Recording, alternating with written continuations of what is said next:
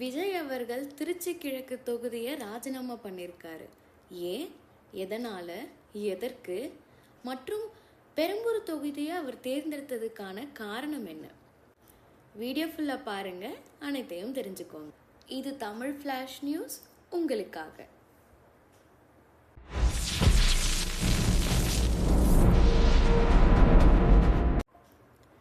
வணக்கம். தமிழக அரசியலில் ஒரு மிகப்பெரிய வரலாற்று மாற்றம் நடந்து முடிஞ்சிருக்கு. தமிழகத்தின் 13வது முதலமைச்சராக நம்ம தளபதி ஜோசப் விஜய் அவர்கள் பதவியேற்று தன்னுடைய புதிய அரசை அமைச்சிருக்காரு. தமிழக வெற்றி கழகம் ஆரம்பிச்ச மிக சிறிய காலத்திலேயே இந்த மிகப்பெரிய வெற்றியை சாத்தியமாக்கி இருக்கிறாரு விஜய். ஆனா பதவியேற்ற சில மணி நேரங்கள்லயே ஒரு அதிரடியான முக்கிய முடிவை எடுத்திருக்கிறாரு. தாம் போட்டியிட்டு வெற்றி பெற்ற திருச்சி கிழக்கு, அதாவது திருச்சி ஈஸ்ட் சட்டமன்ற உறுப்பினர் பதவியை அவர் அதிகாரப்பூர்வமாக ராஜினாமா செஞ்சிருக்கிறாரு. இதோட உண்மையான காரணம் என்ன தெரியுமா? சட்டம் என்ன சொல்லுது? இதனால திருச்சிக்கு அடுத்து வரப்போகும் தேர்தல் என்ன? முழு விவரத்தையும் இந்த வீடியோவில் பார்க்கலாம் வாங்க. நடந்து முடிஞ்ச 2026 சட்டமன்ற தேர்தலில் தமிழக வெற்றி கழக தலைவர் விஜய் அவர்கள் 2 தொகுதியில் போட்டிட்டு இருக்காரு. ஒன்று தலைநகர் சென்னையில் இருக்கக்கூடிய பெரம்பூர் தொகுதி, இன்னொன்று திருச்சியில் இருக்கக்கூடிய திருச்சி கிழக்கு தொகுதி. இந்த 2 தொகுதியிலையுமே மக்கள் அவருக்கு பிரம்மாண்ட வெற்றியை கொடுத்திருக்கிறாங்க. இப்போ விஷயம் என்னன்னா, இந்திய அரசியல் அமைப்பு சட்டத்தின்படி, அதாவது ரெப்ரசன்டேஷன் ஆஃப் பீப்புள் ஆக்ட், அதன்படி ஒரு நபர் ஒரு நேரத்துல 2 தொகுதியில சட்டமன்ற உறுப்பினரா, அதாவது எம்எல்ஏவா இருக்க முடியாது. ஏதாவது ஒரு தொகுதியை அவர் தேர்ந்தெடுத்து இன்னொரு தொகுதியை 14 நாட்களுக்குள்ளார ராஜினாமா செய்ய வேண்டும் என்பது விதிமுறை. இதன் காரணமாக தான் முதலமைச்சராக பதவியேற்ற கையோடு தன்னோட திருச்சி கிழக்கு தொகுதி எம்எல்ஏ பதவியை விஜய் அவர்கள் ராஜினாமா செஞ்சிருக்கிறாரு.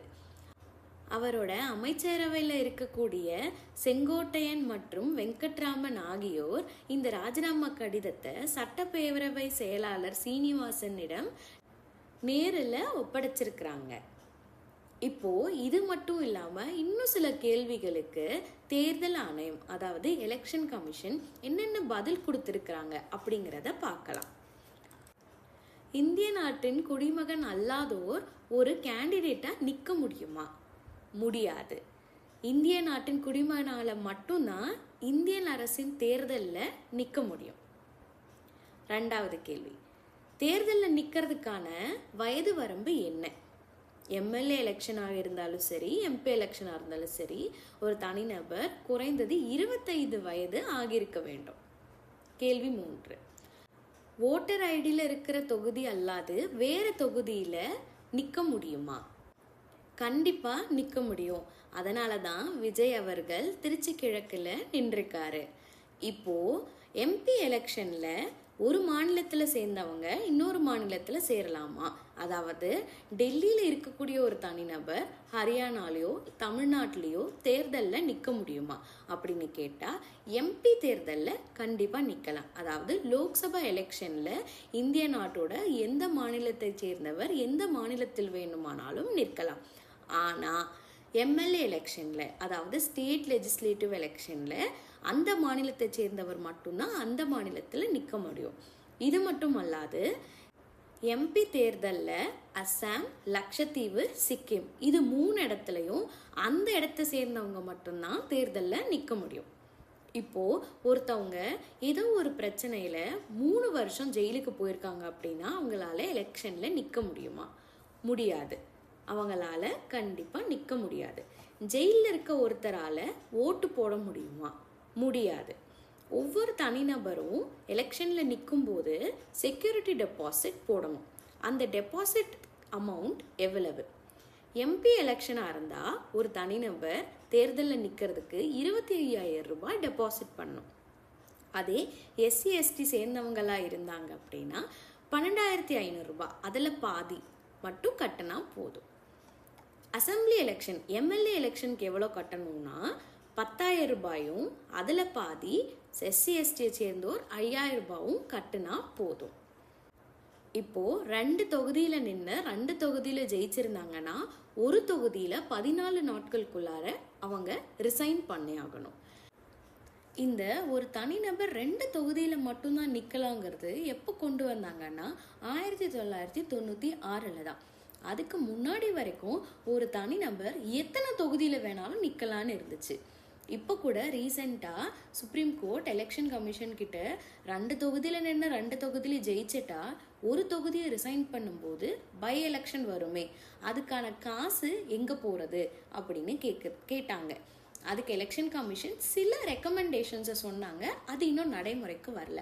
அதாவது 2 தொகுதியில் நின்று ஒரு தொகுதியில் அவங்க ரிசைன் பண்ணுறாங்க அப்படின்னா 5 லட்சம் ரூபாய் அமௌண்ட் கட்டணும். அந்த காசை வச்சு நம்ம பை எலெக்ஷன் நடத்தலாம் அப்படின்னு அவங்க சொல்லியிருக்காங்க. இன்னும் நடைமுறைக்கு வரல. இதனால தான் விஜய் அவர்கள் 2 தொகுதியில் நின்று 2 தொகுதியிலுமே அதிக வாக்குகள் பெற்று வென்றிருந்தாலும் ஒரு தொகுதியை ராஜினாமா செஞ்சாங்க. இப்போ எல்லாருக்கும் இருக்கக்கூடிய ஒரு கேள்வி, ஏன் திருச்சி கிழக்கை விட்டுட்டு பெரம்பூரை மட்டும் விஜய் அவர்கள் தேர்ந்தெடுத்தாரு என்பதுதான். இதன் பின்னே ஒரு முக்கியமான நிர்வாக காரணமும் இருக்கு. விஜய் அவர்கள் இப்போ வெறும் MLA மட்டும் கிடையாது, ஒட்டுமொத்த தமிழ்நாட்டோட முதலமைச்சர்.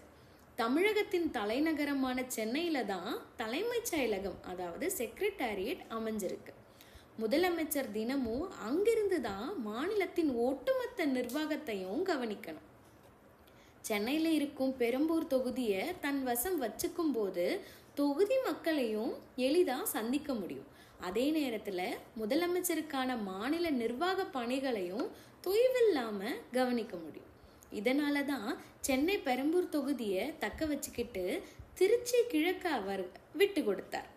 இப்போ திருச்சி கிழக்குக்கு என்ன நடக்க போகுது? சரி, இப்போ விஜய் ராஜினாமா செஞ்சதால திருச்சி கிழக்கு தொகுதியில அடுத்து என்ன நடக்கும்?